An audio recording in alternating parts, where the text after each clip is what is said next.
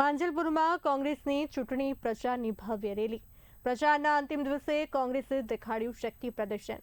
પ્રદેશ કોંગ્રેસ પ્રમુખ અમિત ચાવડા રેલીમાં જોડાયા હતા. કોંગ્રેસ ઉમેદવાર ભીકા રબારીએ ભાજપ પર કર્યા આકરા પ્રહાર.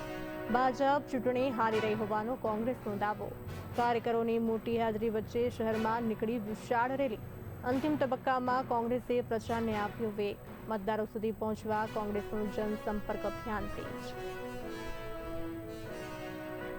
જે ચૂંટણીનો પ્રચાર પ્રસારનો અંતિમ દિવસ છે તે નિમિત્તે આજે મારી આ મહારેલી તમે જોઈ શકો છો કેટલી મોટી સંખ્યામાં આખા બધા કાર્યકરો અને પ્રજા પણ પોતે જોડાઈ રહી છે.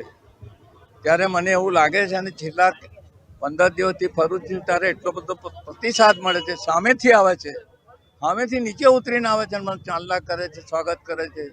અને જે મેં કામો કરેલા છે મને ખબર પડે છે આટલા વર્ષોથી મેં આટલા બધા કામો કર્યા. જેમ ત્યાં સરહદનગરમાં જો કે મકાનો તમે આપ્યા છે.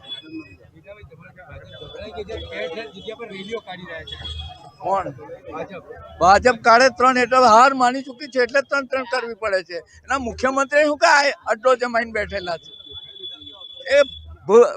એ હાર માની ચૂક્યા છે એટલે બધું ઉતાર્યું છે. પૈસા નાખશે, દારૂના અડ્ડા વાળાને કહી દેશે કે દારૂ વેચો, પૈસા મત ખરીદો.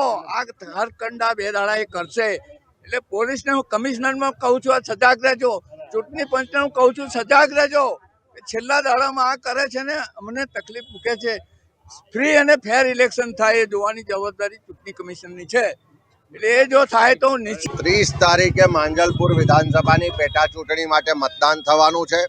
ત્યારે જે રીતનો માહોલ છે, કોંગ્રેસના ઉમેદવાર ભીખાભાઈ જે નકશિક પ્રમાણિક અનુભવી ભણેલાને માંજલપુરના સ્થાનિક ઉમેદવાર છે, એમને ચારે તરફ આવકાર મળી રહ્યો છે. અને ખાસ કરીને માંજલપુરની જનતા જે વડોદરા કોર્પોરેશનનો ભ્રષ્ટાચાર છે, દર વર્ષે ભાજપના ભ્રષ્ટાચારને કારણે જે આખું વડોદરા શહેર ડૂબે છે, માંજલપુર ડૂબે છે, એ ચારે તરફ તાનાશાહી ચાલે છે, મોંઘવારી, બેરોજગારી અને જે રીતે દિલ્હીમાં વિદ્યાર્થીઓ પર અત્યાચાર થયો, આખા દેશમાં શિક્ષણ વ્યવસ્થા પરીક્ષા પદ્ધતિ પર સવાલ ઉઠ્યા છે, પેપર લીક થાય છે. આ બધા જ મુદ્દાનો જવાબ માંજલપુરની જનતા 30 તારીખે કોંગ્રેસના ઉમેદવારને આશીર્વાદ આપીને આપવા જઈ રહી છે.